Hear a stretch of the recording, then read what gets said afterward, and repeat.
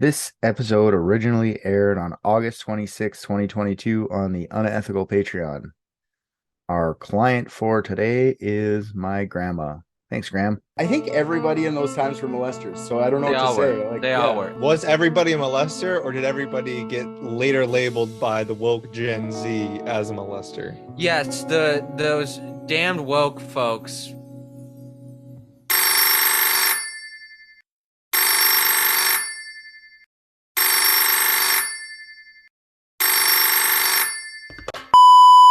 Thank you for calling Private Dick's Detective Agency. If you're calling to suggest a case for the Dicks to solve, leave a message after the tone. If Richard is your favorite Dick, you're dumb. He's dumb. If you think RJ is the best, you are smart. He is the funniest. If you think Rick is the best Dick, hang up the phone. If you want to tell us how amazing we all are, leave a message after the tone. So, basically, just leave a message after the tone. Well, Richard, actually, I think you're the funniest and the smartest and by far the best looking. But, I was wondering about this new question.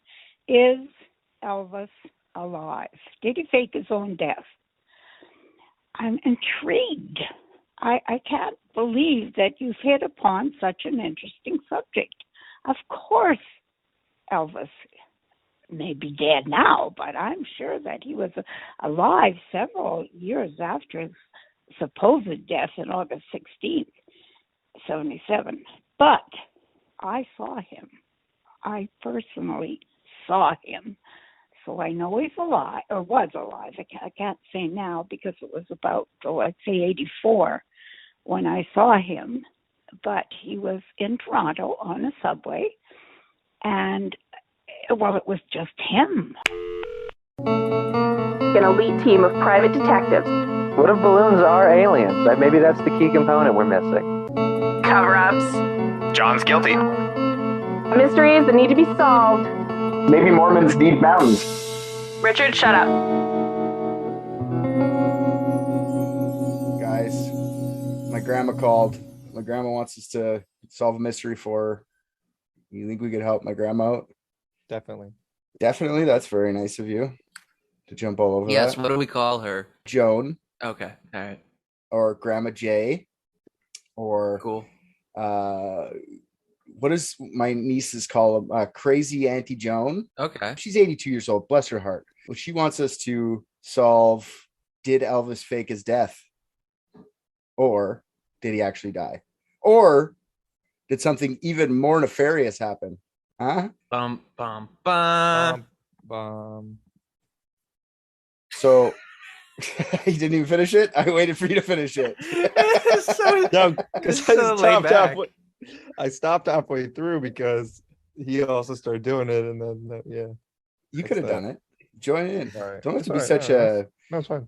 I'll save it for later. Okay. Reserve your strength. Seriously. Today we ask ourselves, did Elvis die in the toilet? Like we all know. You know that story? Died on the toilet? I thought he died in the bathtub. There you go. See, you don't even know that story. That's fine. It's just Elvis is so popular. He's been in such the pop culture for so long. It's just like, how long will Elvis last? And it's starting to fade away because you don't even know the toilet story. So this is cool. It is. It's starting to fade away. My grandma and stuff, when I was a kid, right into Elvis. Grandma, grandpa, everyone.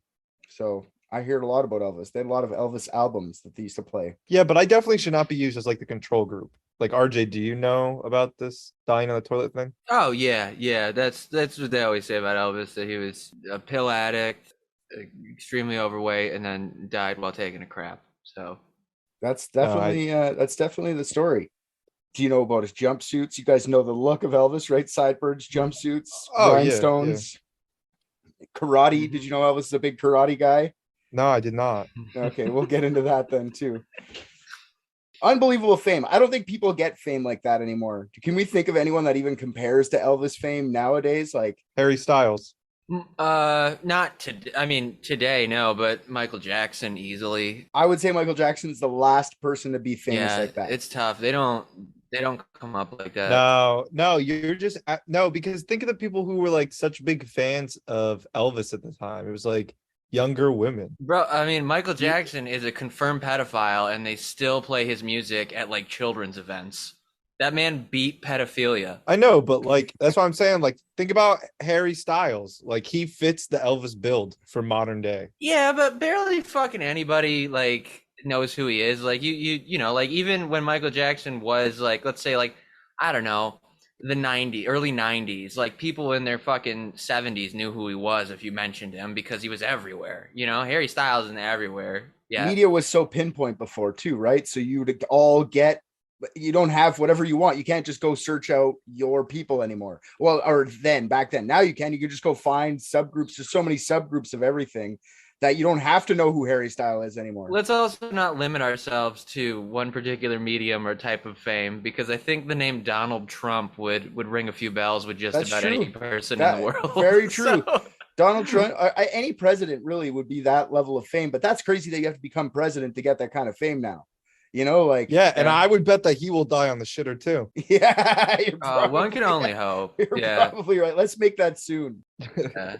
Are we gonna do a verified death threat on an ex-US president on this podcast? Yeah, so you have to be president. That's true. I didn't even think of Donald Trump. So yeah, Donald Trump would be an equal amount of fame, which is fucking worldwide crazy fame. It's so crazy. Do people riot at concerts anymore? Did Harry Styles ever have a riot at a concert? Oh, when you say it like that, Kanye West, everybody knows that motherfucker. I was just gonna say that too. Yeah, probably. I guess Kanye for sure. But how old's Kanye now? Like in his 50s, late 40s, early 50s? I don't know. He's been around since I was a kid. Yeah, gotta be in his 40s. 45 years old. 45. So yeah, I guess so. Elvis died at 42. So. Did the king of rock and roll fake his death to get away from the fame and live a simple life? Well, to solve this mystery, we got to do what we always do, which is make it about werewolves or child sex ring. Good try. What do you got, Rick? What's my answer behind that? Figure out the mystery. We have to look into the... I'm sorry. I completely blanked. What? To figure out the mystery, we got to look in the hit. The Roxbury. Welcome to the Roxbury. No. Solve this mystery, we got to look into the what model toilet Elvis owned. No, that might actually. Am I supposed to know the thing that you're trying to get me to say? I'm trying to get you to say history, but you're not going to say it. Oh, history. I don't know, but I love the confidence and swagger that you said Night at the Roxbury with for no fucking reason. No, he said something about history is what I'm trying to get you to run mystery with history. He said something. He said a tagline that was in the Night of the Roxbury and immediately made me think of it, but I don't remember what he said.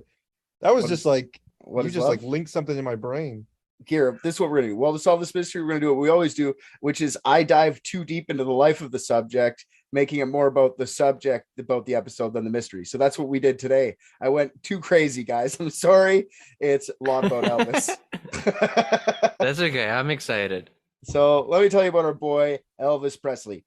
Elvis Aaron Presley was born on January 8th, 1935 in Tupelo, Mississippi. Elvis what now? Yeah, I say Aaron because it's spelled Aron. And the reason I even bring this up, because later in life, Elvis changes his middle name to Aaron. So it sounds like Aaron, the more Christian sounding version of it. So he changed it he added an extra A because he was like, I'm not close enough to God here. How much does that cost? That's better than adding a Y after the R. Aaron-y?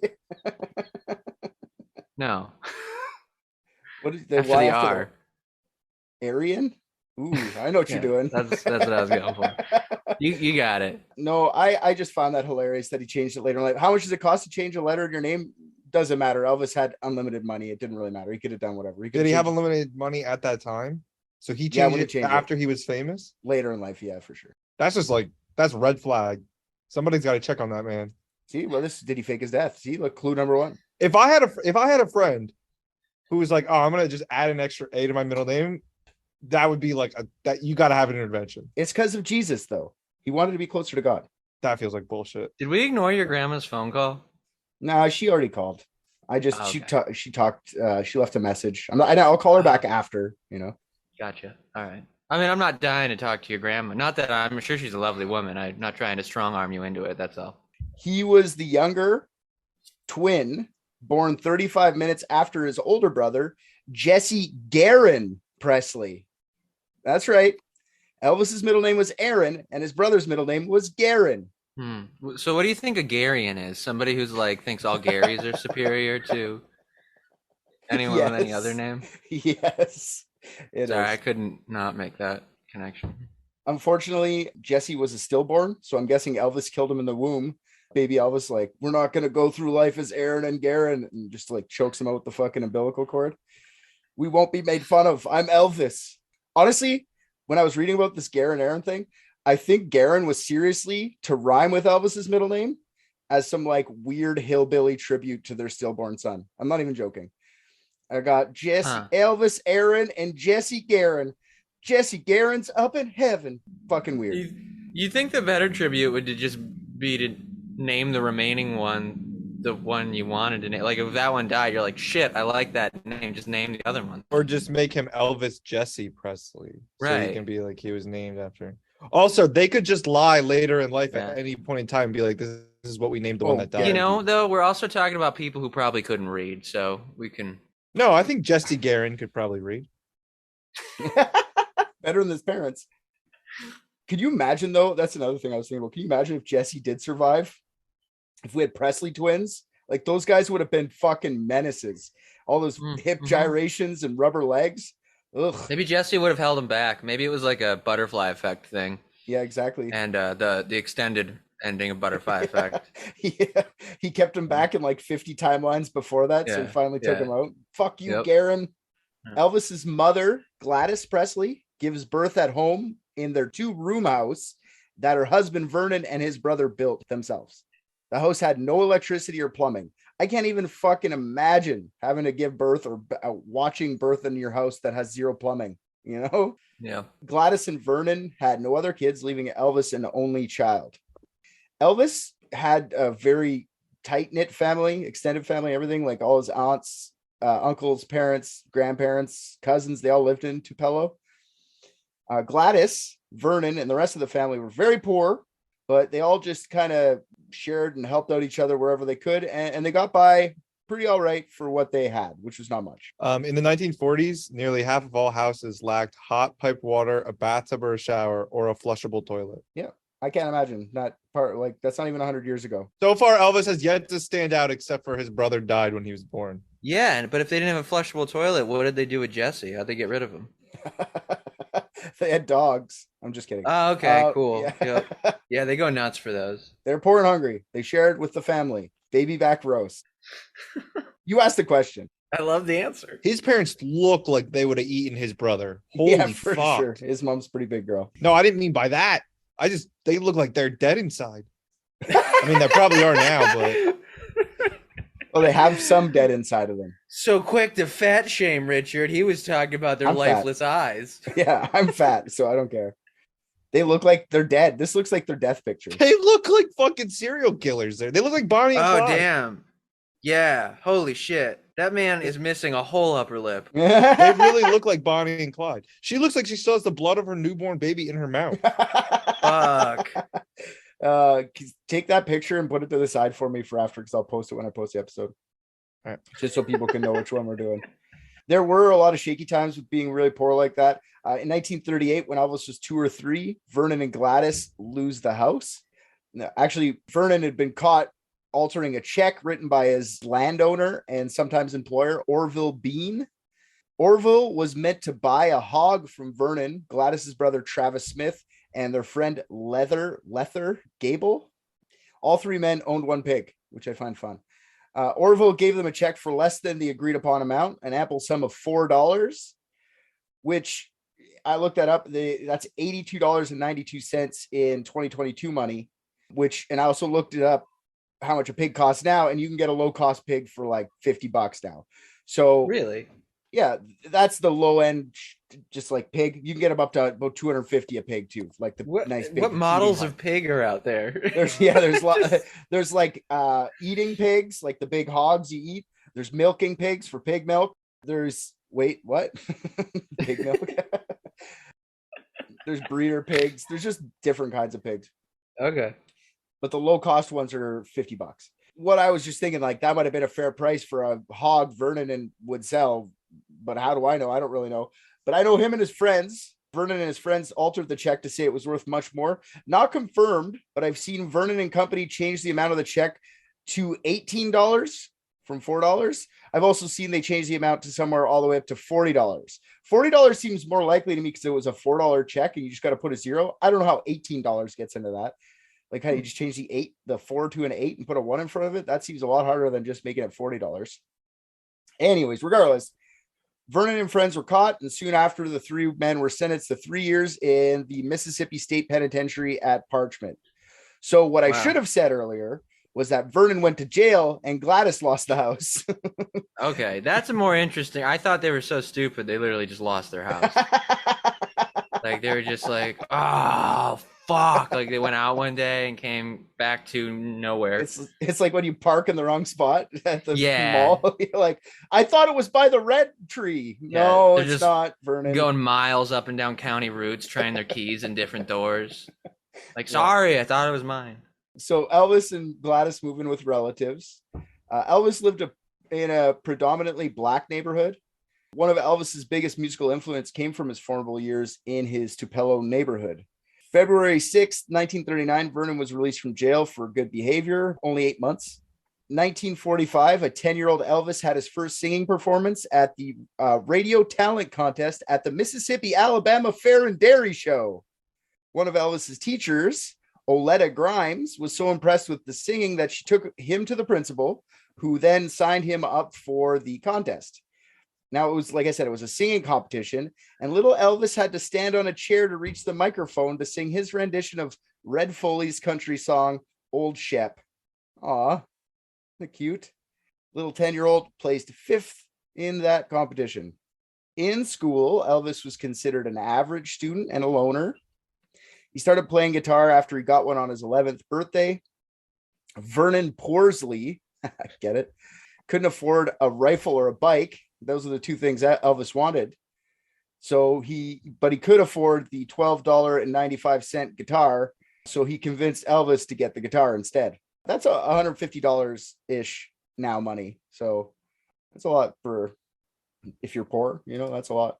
Yeah. Elvis took the guitar, learning basic chords from a couple of uncles and their new youth pastor, Frank Smith, at his church, the Assembly of God Church. Yep, this is where the molestation starts. Knew it. Youth pastor. It was him and his family have been going there for years. It was a black church, a gospel church. The gospel music from the going to church as a boy was another one of his big musical influences. Later on, he wins 3 Grammys in his life, all for gospel songs, like all Christian songs. That's the only Grammys he ever won. So gospel still kept it up as he got older. Elvis, I just want to point this out. Elvis wasn't like really that good at guitar ever. Never got super good. Like he did know like 3 chords and like could play music to a point, but he's not like Axl Rose or something crazy like that, right? He was just a rhythm guitar guy. And like by the end of his career, his guitar was more of like a prop that he had on around his neck than anything else. He barely even played it, but he played it enough to get famous with it. Don't get me wrong. Like he was a musician. It's just, he wasn't crazy with it. I just want people to understand that. You heard it here, folks. In this episode of Private Dicks, Richard thinks he's better at guitar than Elvis.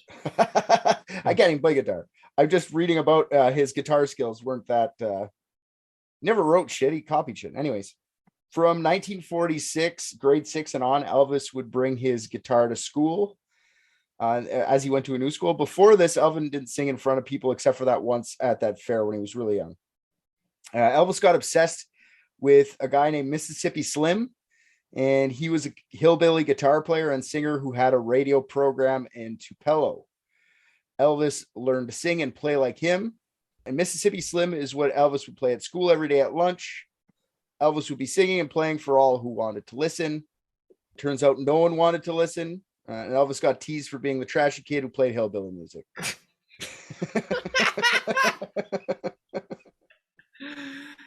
Damn, that's like a badge of honor now. Vernon and Gladys were getting into a worse and worse financial situation, and then they decide that they need to move north to Memphis to look for work. Before they leave on November 6, 1948, Elvis pulls out his guitar on his last day of his old school and plays and sings "Leaf on a Tree" for his Milan junior high class as a farewell.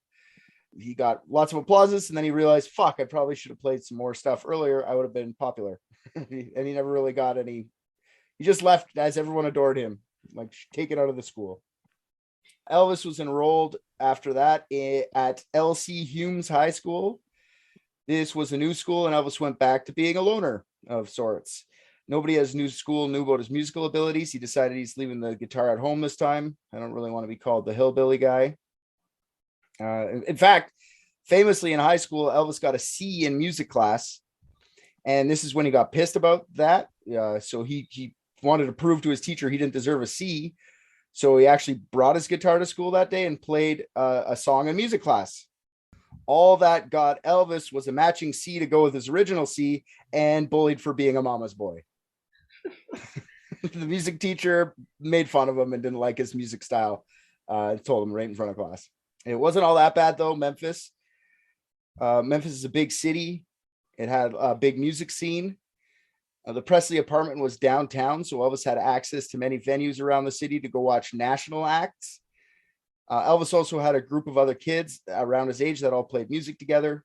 Plus, he got exposed to a new mix of all different kinds of music from the local downtown music scene, and also the multitude of different radio stations that Memphis had to offer versus the Tupelo hillbilly guy. Like, that's basically what they had. Surprised it took that long for someone to expose him to something, considering he had a youth pastor. Oh, he got exposed to music classes, I'm sure. Oh, yeah. Elvis also was considered a really weirdly stylish guy in high school. He had a signature style. He got stylish around then. He started dressing differently, like dress pants. I was looking at his outfits when he was like young. Dress pants with like stripes down the side, which is funny. A bolero jacket, you know, those fucking jackets that like go just past your tits and then they go around. Like it's just like a half jacket. You ever see those bolero jacket? I'm gonna look it up now though. And he started growing sideburns. Yeah, look up bolero. You'll laugh. Elvis would wear that shit unironically. A lot of leather daddy pics, just FYI. Anyway, so in April 1953, his senior year at high school, he was one of 22 people who enrolled in the Humes High Annual Minstrel. He sang and played guitar and blew the socks off everyone. He won that competition. And then for the last, I don't know, April, May, June, the last couple months of school, he was the most popular kid in school. He's very popular. He even said like, wow, I wish I would have known. You did know. You talked about this earlier. Mr. Presley, the way that you applied that shoe polish to your face, I have to say, was the finest thing I've ever seen in my life. June 1953, Elvis graduates Humes High School with his sights on becoming a musician. In the meantime, Elvis had to get some day jobs. All throughout high school, actually, Elvis had a bunch of different jobs. And he just continued that past high school. He had all sorts of jobs. Like he was a truck driver. He worked in a machinist shop. He was an usher at the Toes State Theater, a bunch of different things. Nothing really stuck. He wanted to just play music. So a couple months after school was over on August 2nd, the 18-year-old Elvis went to Sun Records to record himself. At the offices of Sun Records, for $3.98, you could record and press a two-sided record of your own to bring home. Elvis later in his life said that he recorded that record as a present for his mother and to hear how he sounded on acetate or on vinyl or whatever. It wasn't vinyl back then, it was acetate. Historians actually dispute this though, because half the price, like for like $2 up the street, you could record yourself and get a record the same way. But at Sun Records, he was going there to get discovered. He wanted to get discovered, so he paid double the price. That's what historians say. Elvis says opposite, so I'm not really sure what to say on that. He recorded his rendition of My Happiness, and That's When Your Heartache Begins. And I'm not gonna lie, I put this music on. I was, because they still exist, these recordings, and I played them. And Elvis walked into a record studio and did that. That's pretty crazy. This is when I started to like Elvis. I don't like his music per se, but I understand why he became huge for what he was. Like at 18, that's crazy. I'm gonna be honest, I still do not understand why he became so famous. Okay, well, this whole episode's for is perfect. You're going to get educated. He made children horny. On a side note, yeah, he did actually make children horny. On a side note, quick side note, I write these original drafts for these episodes chronologically. So I don't want to continue. I don't want to start here and say like I really like Elvis all the way through. I'm just saying I liked Elvis here. Okay. I just want you guys all to understand. Noted. Sam Phillips, the boss of Sun Records, is the one who records Elvis that day. Afterwards, Phillips tells his assistant, Marion Keisker, something that made her write down in her notes, quote, good ballad singer, hold. No record deal that day, just a nice present for his mom. So Elvis went back to working his various jobs for a couple of months. I think at this point he's a truck driver. And then in January, so about 6 months after he's done school, 1954, Elvis brings another $3.98 and gets another album pressed. Still nothing happens, but Sam Phillips is there and he's taking more notice of this singer. During this time, Sam Phillips was looking for a white guy that could take quote unquote black music and make it popular for a white audience. Here's a Sam Phillips quote. If I could get a white man who had the Negro sound and the Negro feel, I could make $1 billion. Did he make $1 billion? In equivalent, guaranteed. I hate that he was right about that. Guaranteed. They're still making money off of Elvis. So I do think there's a racial element to this, but I also think Sam Phillips was a businessman. He had been trying to sell blues and rock music, rock and roll already to a white audience, but it just wasn't working out. So I think Sam Williams wasn't racist completely, just greedy and realistic of the market. You know what I mean? Does that make sense? Everyone else was so racist that he wasn't going to fucking be able to sell it. So he needed a white guy to make money. You excusing racism? Yes, that makes complete sense. I'm not excusing racism. By a show of hands, who thought Richard would try to make this okay? Yep. Yeah, that's what I thought. I got more to it. Oh, I'm sure. He just wanted to manipulate the racists into listening to quote unquote black music without the racist guy feeling guilty for liking music that came from a black man. And I'm sure he donated all of his proceeds to the NAACP. Oh, that's why you like it now, because you don't feel guilty anymore. I didn't do anything. Never felt guilty. He was giving black people, he was paying them an exposure. No. See, this is like the Power Rangers. I went into this being like super racist, but there's super lots of people that say if it wasn't for Elvis. Wait, did you say you went into this being super racist? I also heard that. Thinking this is going to be super racist. You skipped the word thinking. You said that you went into this super racist.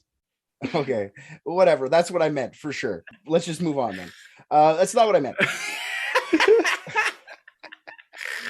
I'm listening. You're good. You're good.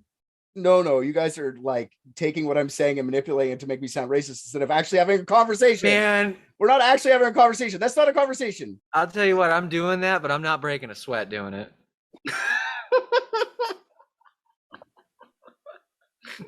I was just reiterating what I heard to make sure I heard it correctly. If I heard it incorrectly, I am sorry. Okay. Are we not allowed to have this conversation? This is a real conversation. Am I not allowed to have this conversation? The only play. Well, I'm just saying, because this I legitimately came into this going like Elvis is super racist, stealing black people's music. But in reality, what a lot of people, not me, fucking black people, Chuck D, like specifically goes, if they didn't have Elvis, then no one would have heard this music ever. So Elvis actually helped integration. It made black people be able to be noticed because rock and roll became popular. So wait, are we saying... We're not saying anything. I'm saying things. You say whatever you want to say. Okay, so then in the ether, are these people, these other random articles that you read, are people arguing that because he claimed to like black people, it's okay that he stole their music? He didn't. Is that the argument? Though. He didn't steal their music though. I thought you just said he stole their music. Long story short, black people, you're welcome. Signed, Richard Stoodle.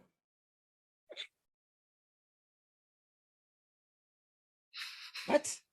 This is what I mean. This isn't a conversation. You're just changing it to that I'm racist. This is like a useless conversation now. It's not. I understand what you're saying. Do I think it's heavily problematic? And am I cool with it? Like, no. Like, I still think, like, yes, I understand why it would be like sort of this like Ouroboros type thing where, you know, oh, had they not had that type of music exposed to them, would they then actually, even ever enjoy black artists? Would black artists get the same level of acclaim? No, probably not. But is it also fucked up to make money by literally just saying you're going to do what other people are doing instead of just giving those people the opportunity and making people sit with it? You know what I mean? Like, it's still fucked up. I mean, I don't think, put it this way, I don't think Elvis was racist. Okay. I do think the record companies were 100%. I don't think, I'm sure he wasn't doing it like, I'll pull one over on these, you know what I mean? But it's by ignorance at best, I think. No, but I think Elvis grew up around this stuff. But Elvis, listen, he was just emulating what he heard. It's not like everyone was copying everyone's music. It's not like people were just taking right. But like, if I were to just full on start talking in AAV, like, then I'm just doing what I'm hearing. Do you know what I mean? Like, it's still fucked up, to appropriate culture. It doesn't. I'm not saying that Elvis was evil, but he was ignorant still. But I'm also hearing your opinion. I'm not totally deaf to it. It's not my opinion. I'm telling you, I'm just reading out what I like. I don't even know what to think. That's what I'm saying. Like, I'm in the middle on the whole thing because. Well, no, I'm sorry. The framework before, I wasn't. I'm not trying to fuck with you now. That you went into it thinking Elvis was a vehement racist and are coming out of it, less thinking that. I think the record companies are the racist ones. Were they trying to be racist though? I think they were just trying to make a shit ton of money, but it was super racist what they did. You know what I mean? Like, I don't think people were like, I don't think the KKK owned Sun Records. You know what I mean? Like, no, of course not. But it's systemic still. So like, what you have is Elvis, who's okay, you want to call him a cog in the machine. He's a pretty big fucking cog. He's still the one who profited and became famous off of it. You know what I mean? When rightfully speaking, if it wasn't for the fact that people had a problem with just seeing black people, that should have been a black person. Of course. You know what I mean? Yeah, of course.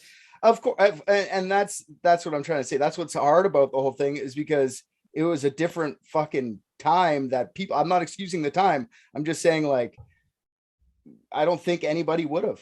Like, I don't think anybody could have boiled to the top as a black person like that, like Elvis. I mean, of course not, because I think that's still a willful choice. I don't think that just happens unless people are like, hard no, and then the people in power are also like, also hard no. I mean, you tell me Sam Phillips couldn't have just been like, no, you'll take this and you'll like it. And maybe they don't, but you could still keep trying that rather than being like, hey, we'll just settle on doing it, but with a white guy, because that's more palatable. For sure. And that's what I'm saying. The record companies, Elvis grew up around black people. That's the thing. Like, I never knew all this stuff. I thought he was just taking black people music and just being like, it's mine now. And the record companies went, that's gold, Jerry. Then no, they brought him music and went, you do this better than the other guy. And he went, okay. So that's what I'm saying is I'll grant him, guilty by ignorance. Yeah, sure. I'll keep moving on here. Sam Phillips is like, if I could find a white guy idea. He didn't really think of who he could do that with until January 5th, 1954. And then he thought of Elvis. He went, oh yeah, that Elvis kid. This is $1 billion right there. So his assistant, Marion, calls Elvis to the studio to perform a Jimmy Sweeney song to see if Elvis could do it justice. And this is my script. Do we know who Jimmy Sweeney is? Of course not. He's a black musician from the 50s. My high school gym teacher, actually. Dead ass. That's his name. Not even joking. Jimmy Sweeney. That's hilarious. Wow. Jim Sweeney. Yeah. Way to dox your gym teacher. Yeah, that's all right. He was a douche. Apparently, the conversation when Marion called Elvis went a little like this. We need you to record a song. How quickly can you get here? Marion asks. And Elvis famously replies, I was there before she hung up the phone. So he was just waiting for his chance. And then according to Phillips, Elvis couldn't do the Sweeney song justice, but he was still convinced Elvis had some sort of something going on in there. So he convinced Elvis to stick around for a little bit and sing all the songs you know. Sing whatever you got. Phillips was hyper impressed by Elvis. So impressed that Elvis set up a recording session with 2 studio musicians, guitarist Winfield Scotty Moore and upright bass player Bill Black. in with Elvis to record some songs a couple days later. That recording session went into the night, and much to Sam Phillips' chagrin, nothing was really clicking. Just as they were about to abort the session and call it a night, Elvis takes out his guitar and launches into a 1946 song by Arthur Crudup called That's All Right. Have you ever heard of Arthur Crudup? I'm shaking my head for the listeners. I didn't think so. Another black musician from the 40s. I understand. This is what I'm saying. I get it. These fucking people should be understood and heard more, but no, Elvis made them famous. Playing That's All Right, Elvis just gets comfortable and acts crazy, singing and dancing behind his guitar. Bill Black notices something special is going up, so he picks up his bass and starts doing the same. And before they knew it, the trio was recording something that would put Elvis on the map.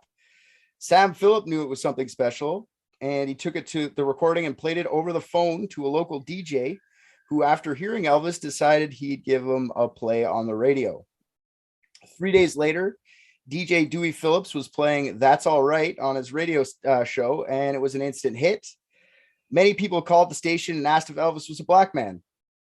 So DJ Dewey sets up an interview with the 18-year-old Elvis. And when he interviews Elvis, he makes sure to ask him what school he went to. Dewey was white, and with segregation, questioning the school Elvis went to would make sure that the radio audience knew that Elvis was white without ever having to come out and ask it directly. In Memphis during high school, Elvis lived in a white neighborhood, hence he went to a white school. His career moved fast from there on in. The trio of Moore, Black, and Presley needed a B-side for the album, so the next day they recorded Blue Moon of Kentucky. Bill Monroe, the guy who originally wrote and recorded Blue Moon of Kentucky, re-recorded himself doing the song the way Elvis did because he admitted Elvis had done it better. Now, I only tell you that part because I do want to say that Elvis was actually a talented musician. I know I said he wasn't good at guitar, but he was good at guitar to make famous enough. And he just wasn't just some fuckboy for the Sun Studios. Like he actually, I would give him talent. I'm not just saying they saw a good looking guy and said, here, do some songs. He was good at what he did. The fact that he was white, though, did help him a lot. I'm sure. I don't think that I think that's not going unnoticed. The trio had their first live show on July 17th at the Bon Air Club. Elvis still had his child-sized guitar that he played with. I'm sorry, child-sized what he was playing with? Yeah, guitar. Oh, okay. Wait, during this, while we're going off track, sure. When people were listening on the radio, is that like a very local thing, or is that heard like quite far? No, it's very local from what he. By this point, you'll see in a second. He's famous in like Tennessee and West Texas. He's not really super far into the States yet, but he is kind of famous in. No, Rick. He was playing on Sirius XM. Yeah. So people were able to figure out like there was obviously no Google, right? It was just like someone heard the school and they're like, oh, all right, that man's white. So then they like didn't change the radio station. Well, they would buy his album.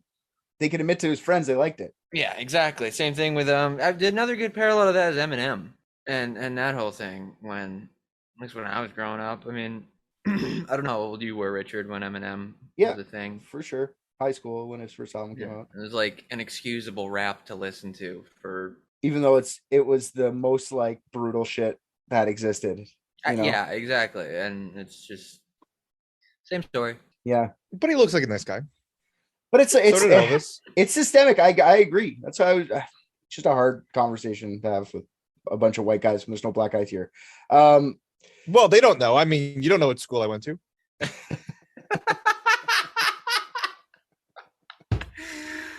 Damn, that was very good. Some people are only listening to us. I just want to clarify. Yeah, that's true. Yeah. All right. By the end of the month, Elvis, Moore, and Black were opening for Slim Whitman. Do you guys know who Slim Whitman is? No. Yeah, well, Slim Whiteman was a white country music artist at the time. I'm surprised you guys don't know that one. When Elvis opened... Pal, if you think I know any fucking country music singers...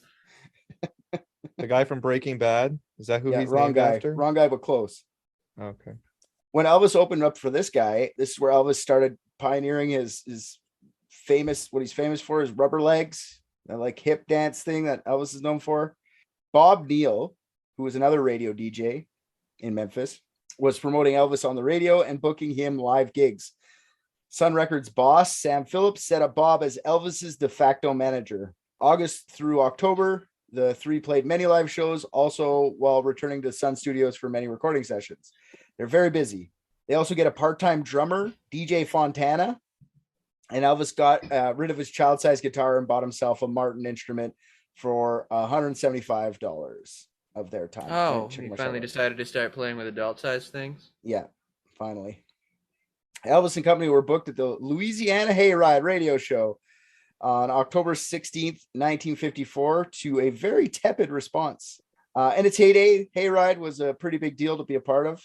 Tepid response or not, Elvis was signed on to a one-year contract at Hayride for future appearances. DJ Fontana was Hayride's house drummer, and he added a new element to Elvis. The old gyrate your hips while the drummer bangs out a beat routine. You know, that whole, you ever see that in pop culture where like a drummer hits the beat and like, ooh, bamp, and then they like move? Yeah, Elvis started doing that. Sexy. 1955. On January 1st, radio DJ and show promoter Bob Neal was officially hired as Elvis's manager. March 3rd, 55, Elvis made his first television appearance on the television version of the Louisiana Hayride. With all the touring and live performances, his songs playing on radio, Elvis was already a regional star from Tennessee to West Texas. Side note, after his final appearance on Hayride in 1956, MC Horace Logan announced to his audience the famous phrase, "Elvis has left the building." I'm sure you guys have heard that before. So that was from Hayride. Around the time of the Tennessee to West Texas fame is when Bob Neal introduces Elvis to Colonel Tom Parker. The Colonel was considered the best promoter in the music business. Colonel Parker was given his title honorarily by a country music star turned Louisiana governor, Jimmy Davis. So I didn't know you could just do that. I didn't know if you were a governor, you could just be like, "You're a colonel now." That's what happened. Can you still do that? I don't know. I don't know, but that's how he got his colonelism, his colonelist. Colonel American Knight. Yeah, exactly. The Colonel Parker was already promoting country music star Eddie Arnold, so he decided to take Elvis and book the up-and-coming King of Rock and Roll to open for his current star.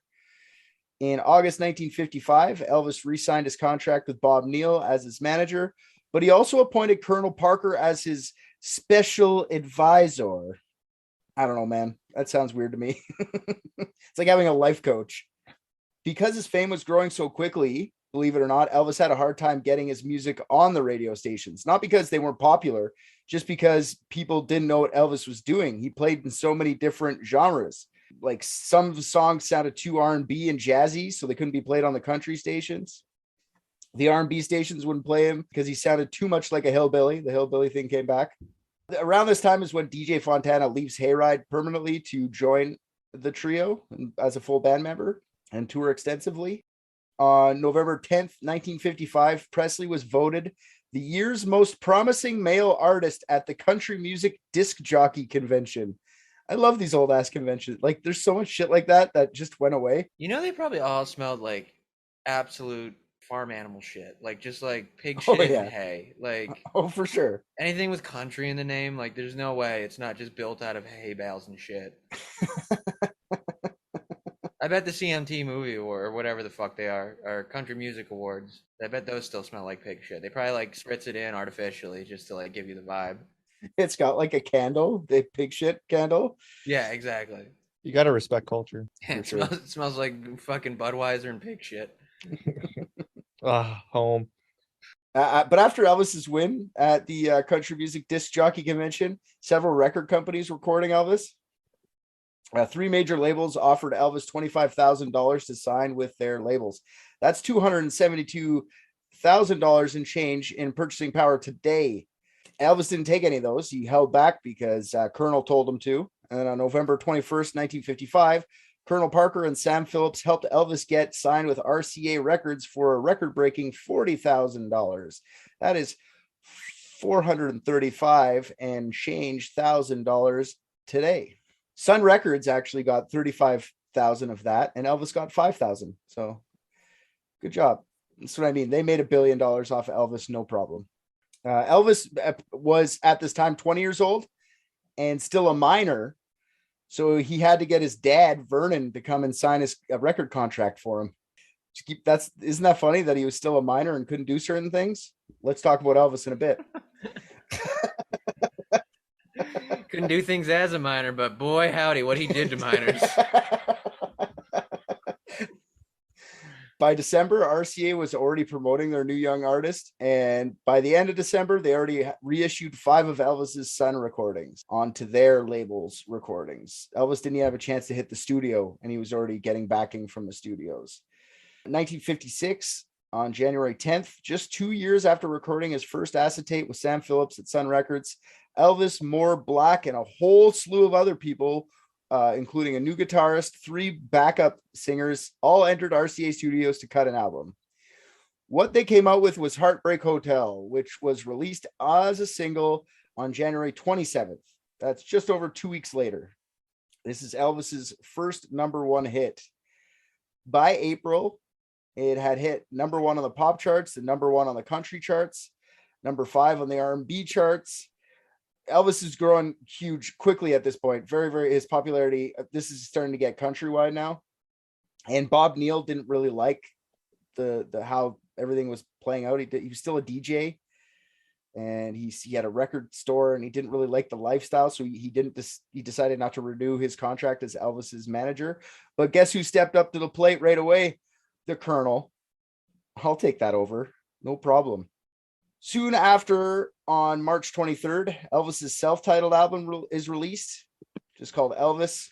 It ends up being released, and it's his first #1 album. This album had the song Blue Suede Shoes on it, which was his big hit at the time. Elvis has his first national television appearance on Stage Show, which was a weekly variety show hosted by Tommy and Jimmy Dorsey. So that's really his first national. People all like to claim it, but it's not. It's Tommy and Jimmy. They did it first. Not long after, on April 3rd, Elvis does the Milton Berle show where he performs Blue Suede Shoes. Milton kept calling him the wrong name, and I'm going to show you this video. I don't know if I should show you this video because it does have music on it, but I feel like Elvis is probably in public domain by now. I don't know. Thank you, ladies and gentlemen. And now I got a little surprise for you. Here for his very first public appearance, I'd like you to meet my twin brother, Melvin Presley. Melvin? Merle! It's fucking awkward. This is funny. Yeah, it would have been hilarious if he didn't actually have a twin brother that died. Yeah, that's true.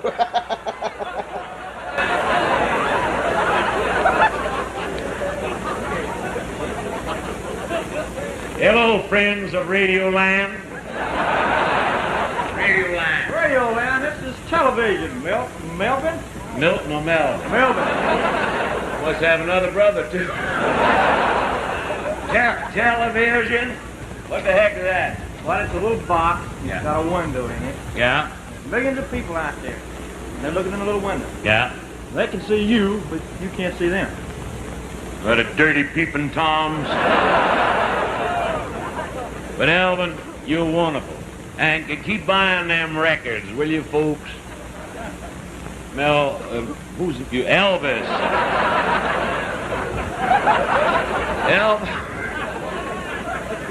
Hot dog. Elvis needs the money. Well, I'll tell you, you're mighty proud to be here on this ship here, the Ocean Coke. And I want you to know the Ocean Coke. Ocean Coke? Ocean Coke. That's what it says on the side of the boat. USSHANCOCK. Ocean Coke.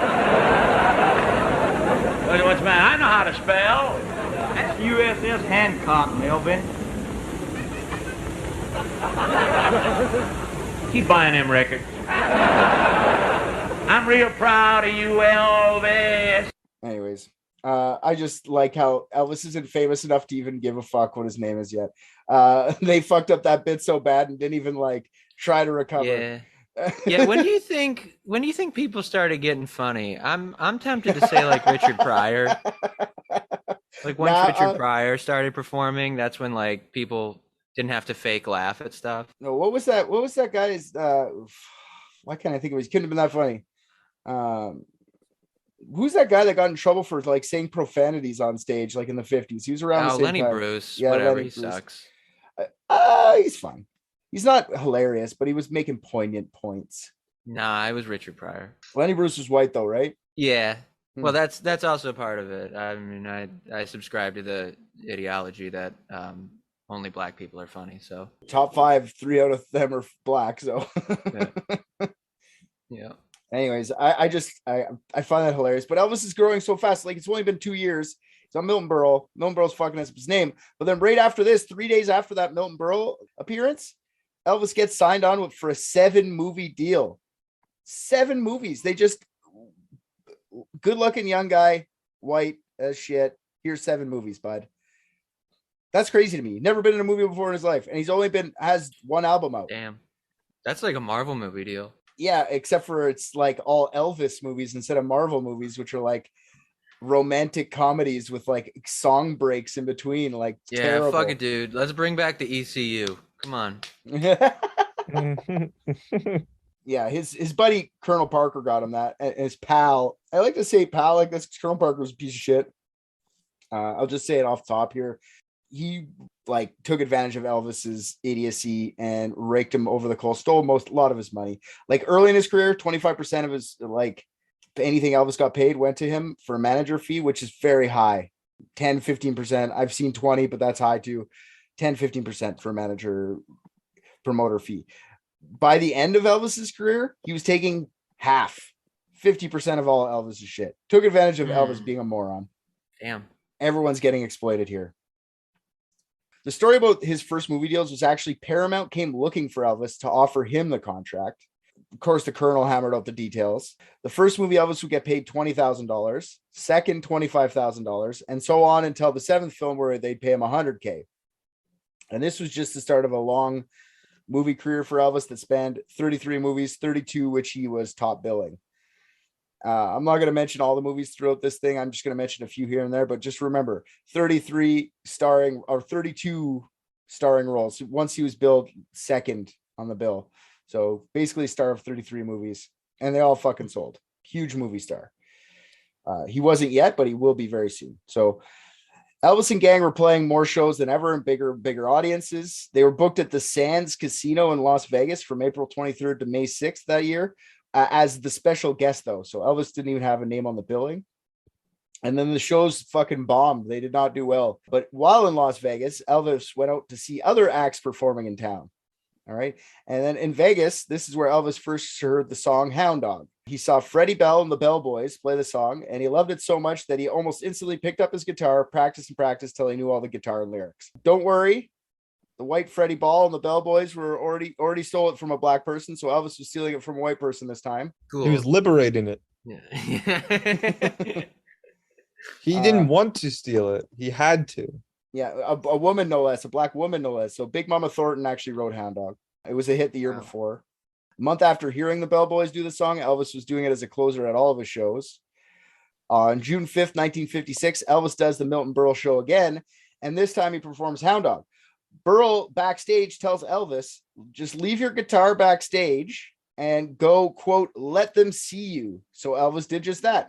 His hip gyrations pissed off so many people that it made national headlines. The New York Times and the New York Daily News both wrote articles slamming him and his sensuous dance moves, calling him vulgar and obscene. He even got the nickname Elvis the Pelvis, which he hated, and he had it for a long time in his life. I think it's very good. Elvis the Pelvis is funny. Yeah, hell yeah, because the music thing fell off, and then porn, was invented, whatever. He could just fucking slide right into that with his juicy hips. Yeah, Magic Mike would be named Elvis the Pelvis. After Elvis's second performance on the Milton Berle, Ed Sullivan saw the show. The Ed Sullivan Show was the highest rated variety show on television at the time. And Ed Sullivan saw him on Milton Berle, and he went on his show and he said, I will never put Elvis on my show, calling him unfit for family viewing. So he's telling people he's basically pornographic for shaking his hips. Fuck, man, the 50s. It's so funny what these people pick and choose too, because then they'll do that shit where they sexualize children. And I know I always bring everything to this, but that is an old gag, oh, you meeting any ladies out there, and they're talking to a 5-year-old boy and shit. but then like get upset with a grown man swaying his hips. No, I know. It's they just pick and choose. It's so crazy that was like, that's the thing you guys are worried about. Man, I like, while I want a cure for cancer, there's just too many people out there that deserve it. I want to be able to direct cancer. How's that? Yeah, that would be sick.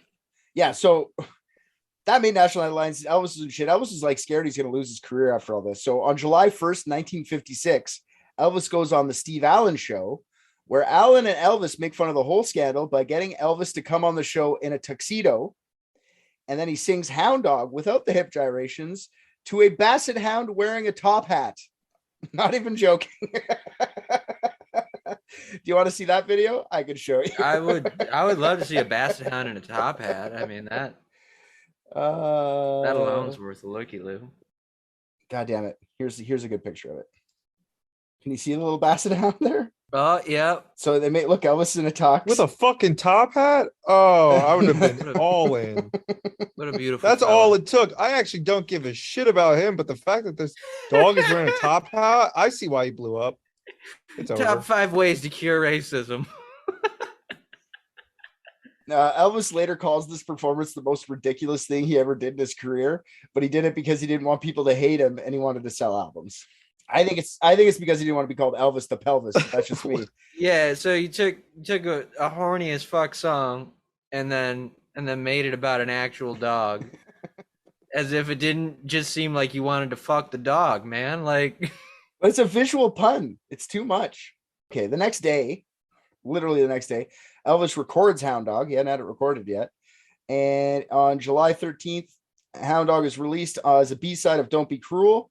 Hound Dog would be on the top of the charts for 11 weeks, a record that wouldn't be beaten for another 36 years. After Elvis's episode of Steve Allen beat the ratings of Ed Sullivan's show that night, Sullivan suddenly changed his mind as to what family-friendly viewing was. In fact, Elvis was paid $50,000 to appear on the Ed Sullivan Show 3 times, more money than any performer had ever been paid to be on that show. I would have waived my fee and told Ed Sullivan he has to suck my dick in the dressing room.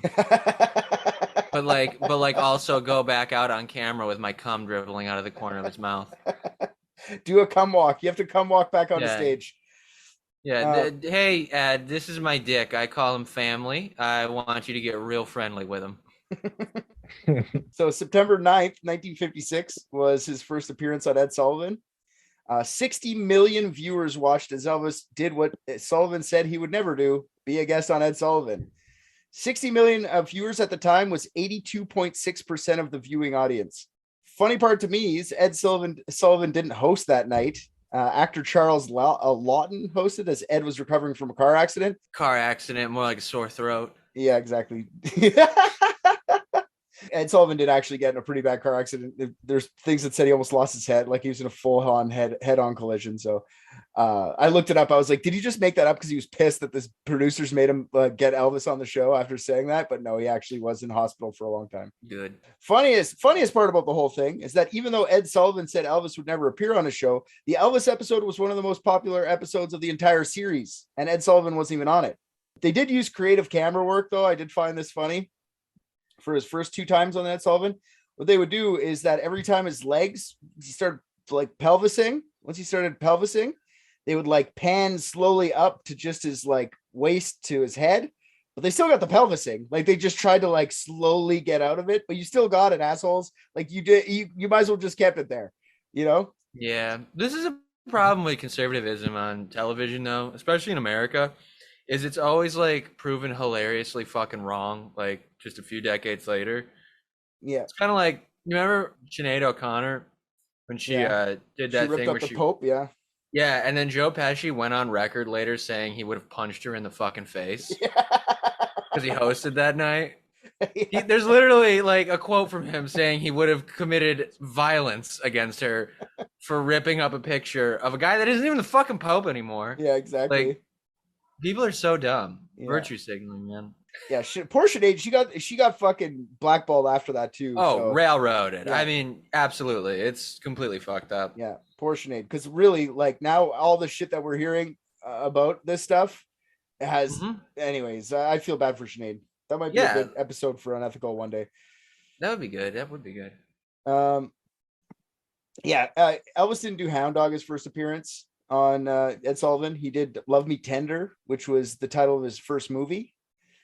After the show, Elvis was super famous. This is when his fame became huge, because you know why? How he got famous? You want to know? It's because everybody complained about Elvis, and Elvis did the shit anyway, and all the people loved it. It was just like the whole "tell me I'm not allowed to, so now I will." So that's how he got super famous. Everyone's like, "You're not allowed to like this guy," and then everyone, "You can't not like Elvis. He's very charming. He really is." And then when you see him on a big famous show like that, and he performs the way he does, it just, everything hit in line with Elvis perfectly. I think that's how it happened, Rick. If you're asking how he got so huge, Ed Sullivan saying, "No, I'll never have him on." Where my brain went was, I was thinking, okay, he's America's resident bad boy, but did he get the current sitting president to move naval ships out to a random Japanese island for him? And if not, he was not as famous as Amelia Earhart. Don't even know. And that's kind of where I'm ranking him right now. You know anything about Elvis? I'm going to tell you right now, Elvis did talk to a president, and he did get some shit asked and given to him. So we'll get there. Was it chips? Because there's a level of like, not even fame, just like pure fucking status. Like right now, Bezos could be like, "Yo, I need to take this bridge down for my yacht," and people would be like, "Okay, thank you for coming." Like, is he that level of fame? Well, I heard that before he went on the Ed Sullivan show, and then after he did, Ed Sullivan was like vehemently against him and didn't want any part of him. But Ed Sullivan went on record after sucking his dick is saying he cried tears of joy and asked to do it a second time, but Elvis was like, "No, I got to go perform." And apparently his cum tasted like Cinnabon icing. Oh, I thought you were still talking about Bezos. That's straight from Ed Sullivan's mouth, the same mouth that sucked Elvis's dick. A lot of things come straight from his mouth. Mm-hmm. Yeah, so he's super famous now. Now his live shows, Elvis's live shows are getting outrageous, like super crazy. One of his two shows at the Mississippi Alabama Fair and Dairy Show, 50 National Guardsmen were to be added to the security force to make sure the crowd wouldn't get out of hand. So he's manipulating National Guard at this point. On October 28th, his second appearance on Ed Sullivan was much like the first one, except Ed was there. And this time he spoke with Elvis and he introduced Elvis. The camera crew, like I said, did control when and if they did see the Elvis's pelvis like they did last time. This appearance had much the same effect for Ed Sullivan and Elvis. High ratings for Ed Sullivan, and Elvis's popularity grew even further. Even though the world was in love with Elvis, there were also many that hated Elvis. After his second appearance on Ed Sullivan, crowds in Nashville and St. Louis burned him in effigy, meaning they made an Elvis doll and burned him in the streets. A couple weeks later, November 21st, Love Me Tender, Elvis's first movie, was released. The movie was lambasted by the critics, but was a huge blockbuster success. The movie was supposed to be originally named The Reno Brothers, but due to the popularity of Elvis and his recent hit, they changed it to Love Me Tender. All right. This gives you an idea of how famous he was. They would change the name of a movie that was already slated to come out to a song name of Elvis's because that would sell more copies. Do you know how hated this motherfucker must have been? Very, very, very. Oh, yeah. And loved at the same time. No, I'm talking about by like producers and shit. Oh, for sure. On December 4th, Elvis stops into Sun Studios to visit a few old colleagues. Jerry Lee Lewis, Carl Perkins, and Johnny Cash were all there, and they decided to have a little jam session. Elvis was buddies with Johnny Cash, just an FYI. They both respected and loved each other's music. At the end of 1956, RCA Records was the biggest record company in the world, and Elvis's single sales accounted for over 50% of their profits. Elvis is huge. If anybody wants to go, anybody listening to this wants to go look at Johnny Cash making fun of Elvis, there's a wicked video of Johnny Cash just fucking dancing like Elvis, making fun of Elvis's stage show. I don't know if I wrote it in the script or not. I forget. I don't think I did, but go look it up. It's very funny. Johnny Cash is like spot on. It's hilarious. It's like the first fucking music beef. It makes me laugh. I'm gonna take your claim of its hilarity and divide it by that Milton Berle video, and then come to my own conclusion on how funny it is. We're in 1957 now, you prick. On January 6th, Elvis had his third and final appearance on Ed Sullivan. Sullivan producers got around the whole gyrating Elvis the pelvis by only shooting him from the shoulders up the entire time that time. Of course, all that did was spur even more controversy, even though at the end of the show, Ed Sullivan calls Elvis a real decent, fine boy. So he had to eat his words and say he was a good guy on his last one, which I fucking love as It well. ain't all he had to eat, baby.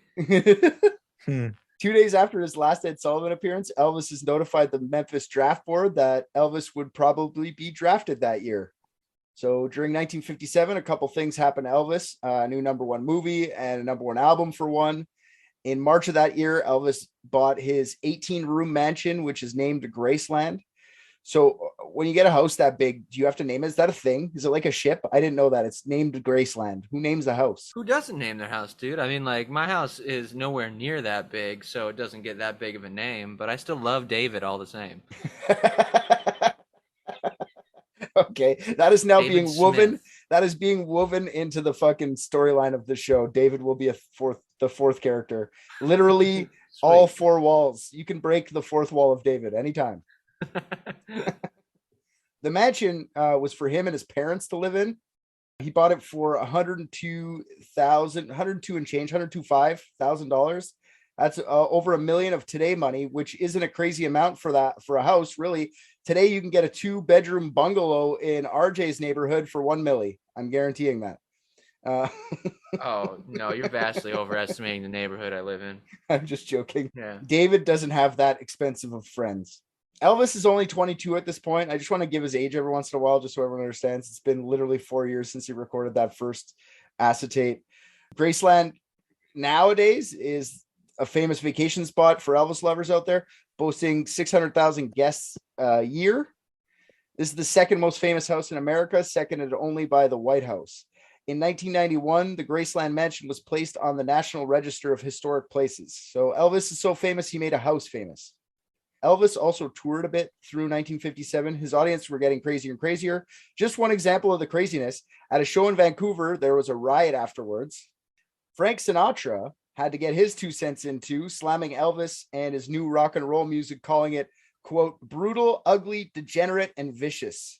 I don't know if this was before or after Elvis was supposedly banging Nancy, his daughter, but he was banging Nancy for sure at some point.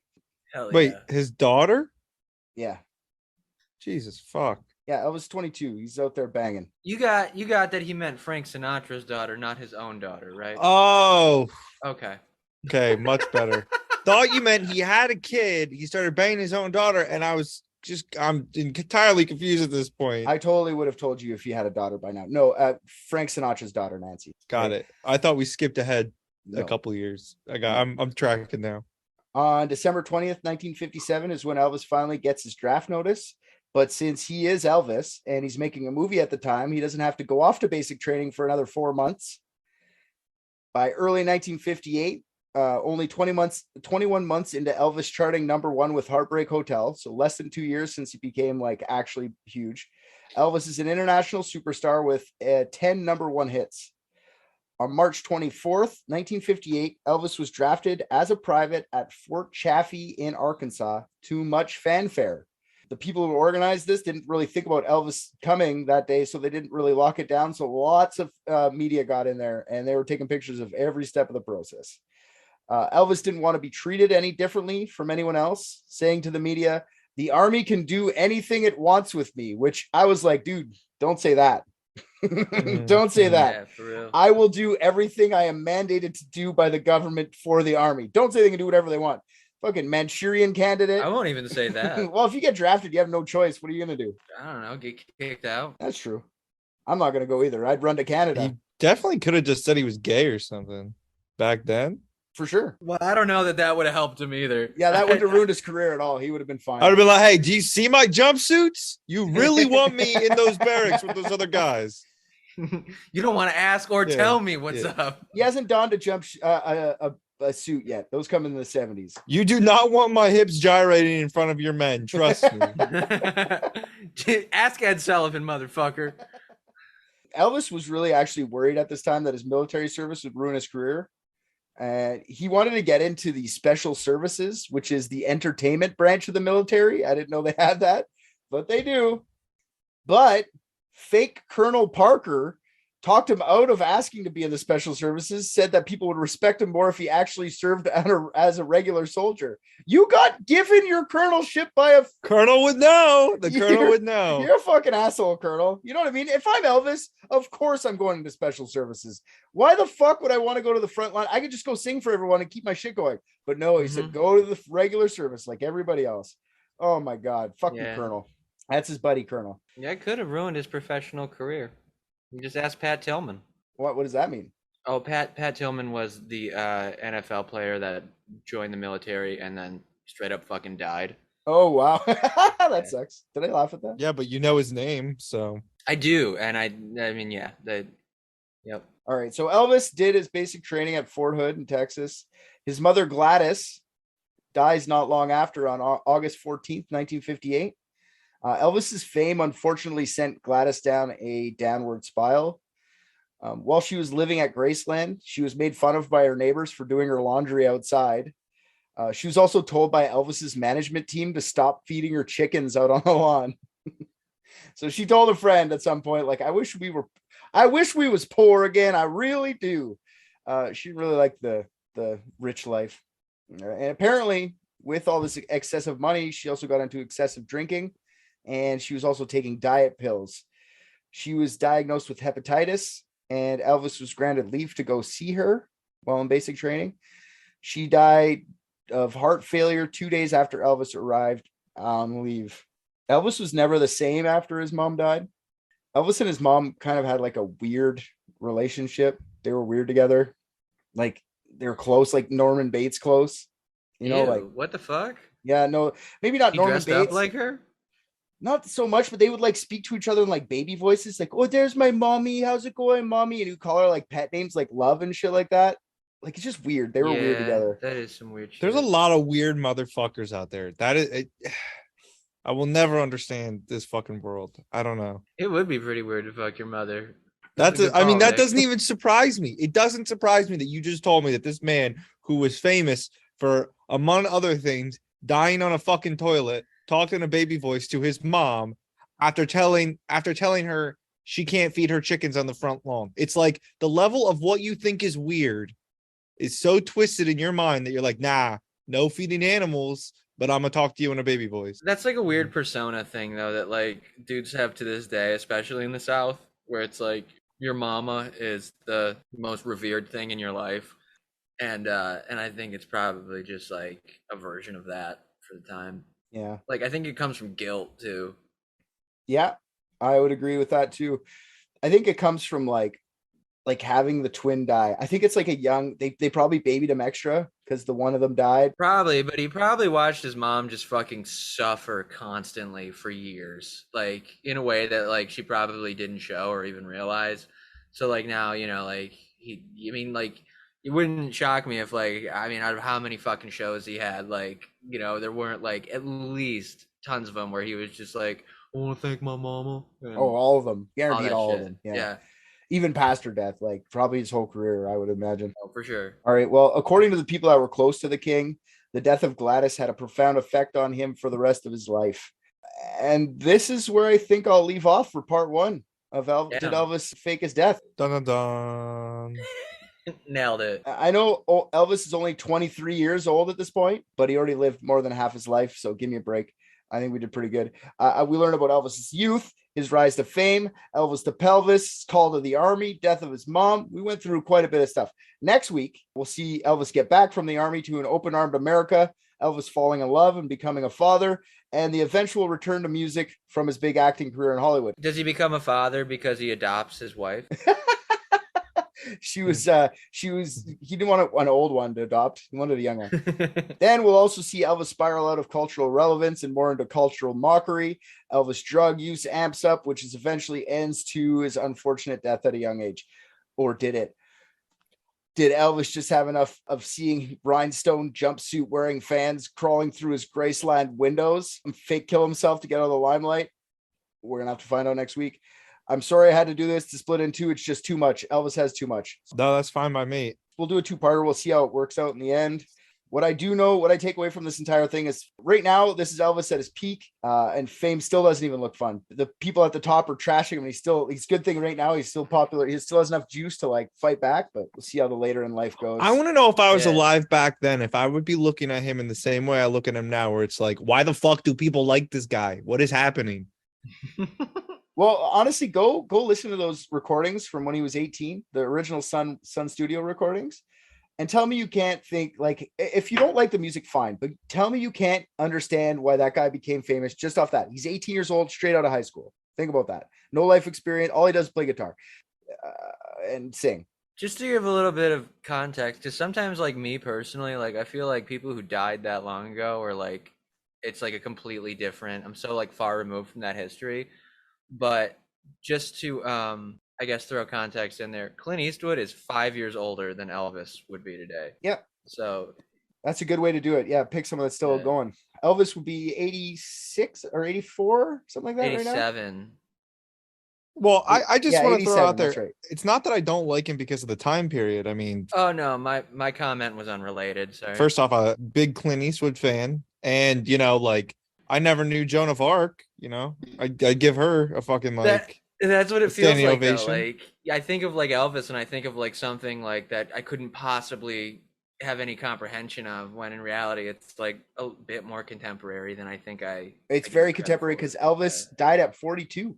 Yeah, he didn't die an old man. He died young. Yeah, very young. Right. I'm just curious now. So you said he died on the toilet. Did he die from the toilet? Well, all that and more next week on Private Dicks. Spoiler: the toilet stabbed him in the ass. Fuck! You fucking gave it away. I was thinking of like some sort of like reverse osmosis suction shit. He had an Australian toilet. He had an Australian toilet. Yes, that's actually exactly what came to my mind. So it's weird that you say that.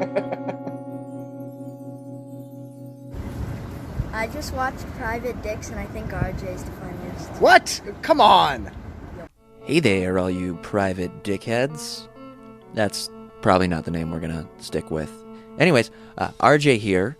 I am here to tell you thank you for listening to another episode of Private Dicks. If you liked what you heard, go on Apple Podcasts, Spotify, anywhere they take your reviews, drop us 5 stars, say something nice. Also, what you just heard was from last season. If you want current episodes as they're dropped, head on over to patreon.com and search up Unethical Podcast. That's our mother podcast. I was not aware Private Dicks was a spinoff. I'm going to renegotiate my contract. On Patreon is a full 16-episode season, more of Private Dicks, uncut videos of each episode, and many more things are getting added all the time. You can also find all of Unethical's content on there, so go listen to that. And if you're already a patron, fuck yeah, dude. You're the best.